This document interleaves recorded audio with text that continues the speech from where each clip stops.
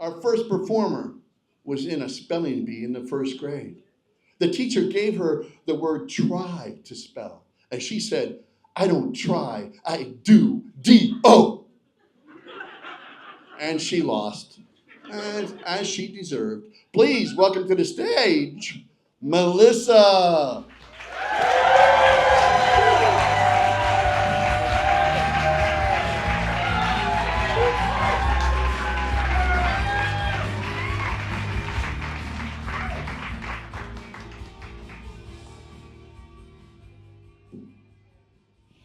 Jeff, man, I told you that in confidence. So I'm a registered nurse. I've been doing that for about 15 years now. Yes, please clap. Okay, but not too much though, because I think about quitting every day. Being a nurse will ruin your back, destroy your mental health, and get you punched in the boob by a patient with dementia.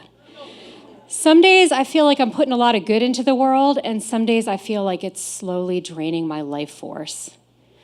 Is anyone else out here in healthcare? Listen, if you worked in healthcare in 2020 and you still work in healthcare now, please give yourselves a hand. Yes, you are very dedicated. Or maybe you're like me and you can't figure out what else to do, so you just keep showing up. But what I do have is a lot of really good work stories. Funny stuff happens in healthcare settings. The only problem is, well, sometimes I talk about poop at really inappropriate times. But the real issue is you don't realize how dark your stories have gotten. You'll be telling this story, and the punchline is, and then he did die.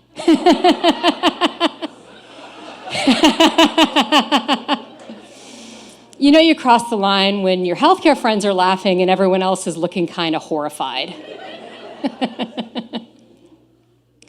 The area I work the longest is the ER. The emergency department teaches you that it only takes 1 minute to completely mess up the microphone, to completely derail your day. One misstep on a ladder, one careless moment with a power tool, one questionable sushi roll. Has anyone here ever done anything dumb and landed in the ER because of it? Yeah, 1 minute it's all fun and games, and the next minute the ER doc is trying to cut the cock ring off with a giant pair of bolt cutters.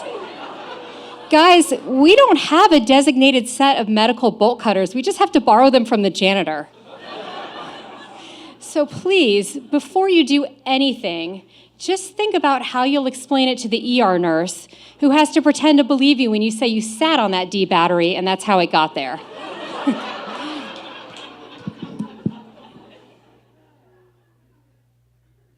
I worked in the ICU for a while, but guys, I am not an ICU nurse. Sometimes Jesus would come to take people home, and we'd be like, not today, Jesus.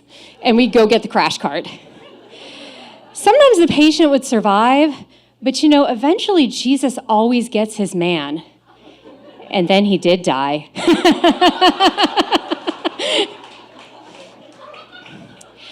I worked in the ICU during that Delta wave of COVID, and all joking aside, that was pretty rough. It was kind of like working a mass casualty every day, just more critical patients than we had the resources to deal with. And once someone got to the ICU with Delta COVID, they probably wouldn't recover. So the hospital was trying so hard to take care of us.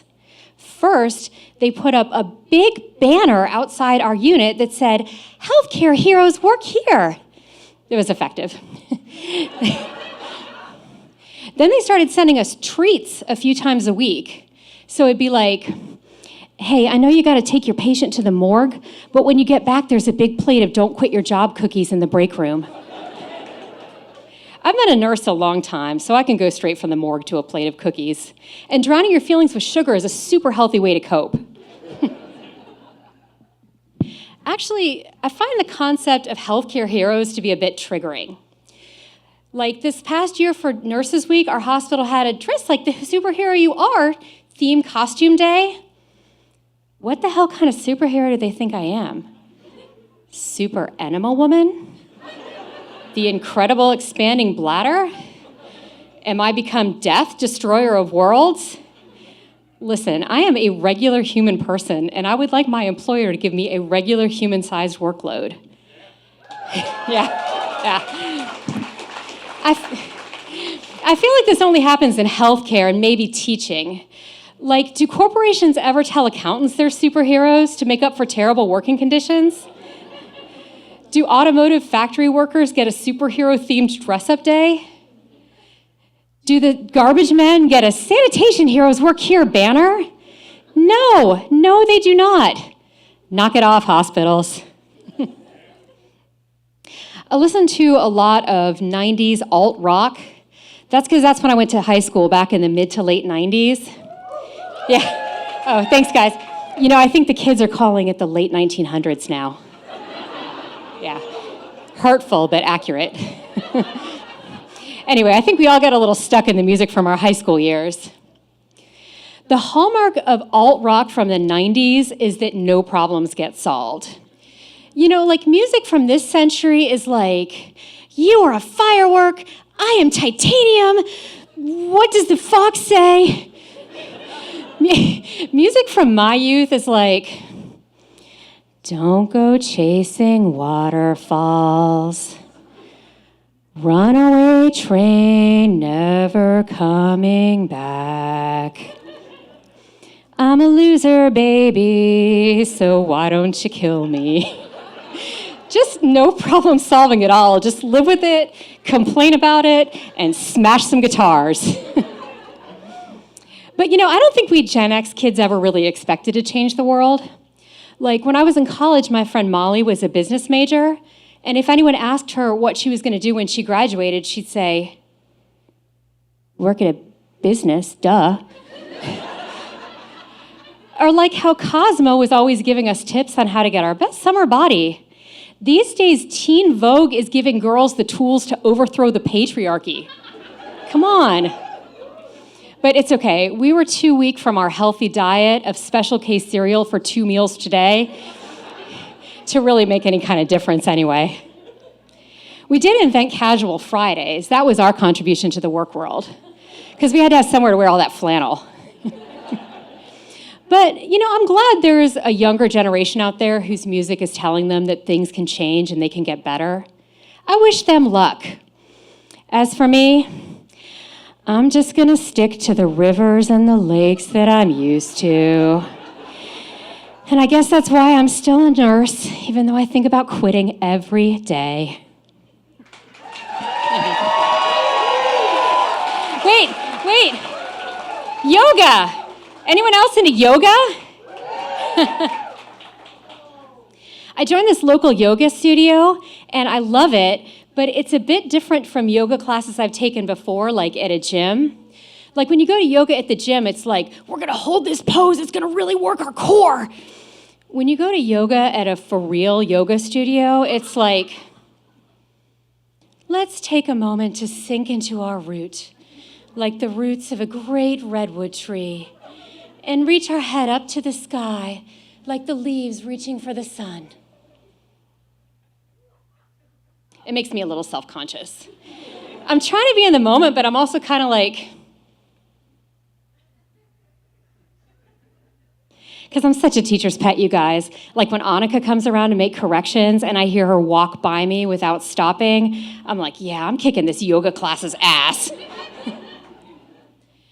But the biggest adjustment is that some teachers will have you chant or sing in Sanskrit. I don't like chanting in a language I don't speak. It's like when someone gets a tattoo of a Chinese character and they're like, this symbol means courage. But they don't read Chinese, and it really means spicy pork bun. I'm afraid that in Sanskrit, the teacher's saying, may the universe bring us peace. But when I repeat it, I'm saying, may the air fryer melt our cheese.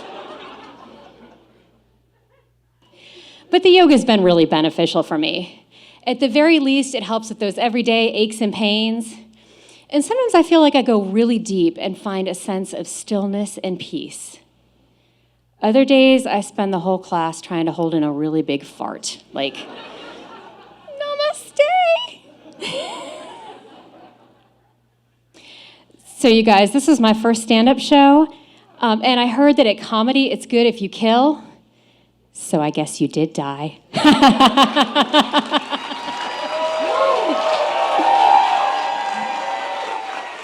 Thank you so much for coming out. I hope you enjoy the rest of the show.